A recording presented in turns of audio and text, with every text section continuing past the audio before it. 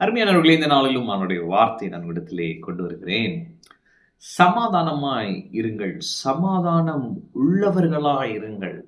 ரோமர் 12:18 பாருங்க. கூடுமானால் உங்களால் ஆன மட்டும் எல்லா மனுஷரோடும் சமாதானமாயிருங்கள். எனவே இன்னைக்கு நம்ம சமாதானம் உள்ளவர்களாய் இருக்க வேண்டும். இந்த வருஷத்தின் கடைசிக்குள்ள வந்துட்டோம். கூடுமானால் எல்லாரோடும் சமாதானம் உள்ளவர்களாய் நாம் இருக்க வேண்டும். ஏன் சமாதானம் உள்ளவர்களாய் இருக்கணும் அப்படின்னா, பாருங்க, அது நம்மளுடைய நலனுக்காக, உங்களுடைய மன நிம்மதிக்காக நீங்க எல்லாரோடும் சமாதானம் உள்ளவர்களாக இருக்க வேண்டும். சில நேரம் பாருங்க, சிலர் மேல் ஒரு கசப்பு வந்துடுது.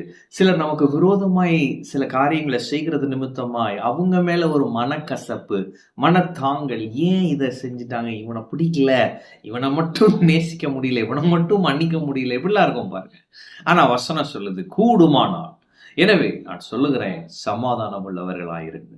போய் அவங்ககிட்ட போய் பேசுங்க, ஒப்புரவாகுங்க. சில பேர்லாம் வருஷ கணக்காக சிலரோடு பேசாமல் இருக்காங்க பாருங்க.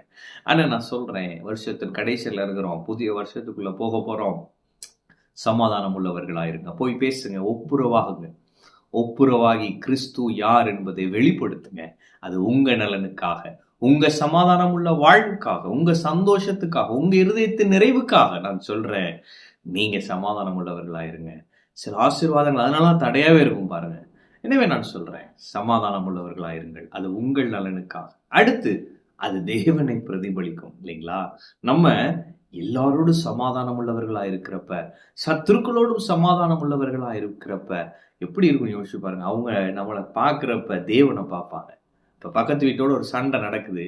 அப்படி நடக்கிறப்ப பார்த்தீங்கன்னா, ஒருவேளை அவங்க நம்மளை கோபமா பேசிடலாம், சாப வார்த்தைகளை விட்டுறலாம், அல்லது நம்முடைய சொந்த குடும்பத்தினரோட சண்டை நடக்கிறப்ப இப்படிலாம் விட்டுறலாம். ஆனால் அதுக்கு அடுத்து அவங்கள பார்க்குறப்ப எப்படி இருக்கீங்க அப்படின்னு ஒரு நல்ல ஒரு சமாதானத்தோடு பேசுகிறப்ப அவங்களுக்கு கிறிஸ்துவை வெளிப்படுத்துகிறவர்களாய் நீங்கள் இருப்பீர்கள். அதைத்தான் ஆண்டவர் விரும்புகிறார். சமாதானம் உள்ளவர்களாயிருங்க.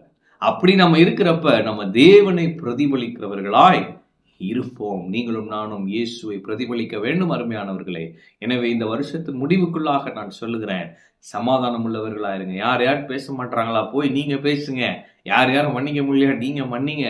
ஒப்புரவாகுதலின் ஊழியத்தை கர்த்தர் நமக்கு கொடுத்திருக்கிறார். எனவே ஒப்புரவாகுங்கள். கர்த்தர் உங்களோடு இருக்கிறார். கர்த்தர் உங்களுக்காக சில காரியங்களை வைத்திருக்கிறார். நீங்க சமாதானம் உள்ளவர்களா இருங்க. அவங்களோட ஒப்புரவாங்க. சில ஆசீர்வாதங்கள் கட்டவிழ்க்கப்படும். நீங்கள் அனுபவிப்பீர்கள். வருடத்தின் முடிவுக்குள்ளாக ஒரு பெரிய சாட்சி உங்களுக்கு உண்டு. எனவே நான் சொல்லுகிறேன், சமாதானம் உள்ளவர்களாயிருங்கள். தேவனை வெளிப்படுத்துங்கள். தேவ நாமத்தை மகிமைப்படுத்துங்கள். சாட்சியாயிருங்கள். சந்தோஷமாயிருங்கள். சமாதானமாயிருங்கள். கர்த்தர் உங்களோடு இருக்கிறார். கர்த்தர் உங்களை ஆசீர்வதிப்பார்.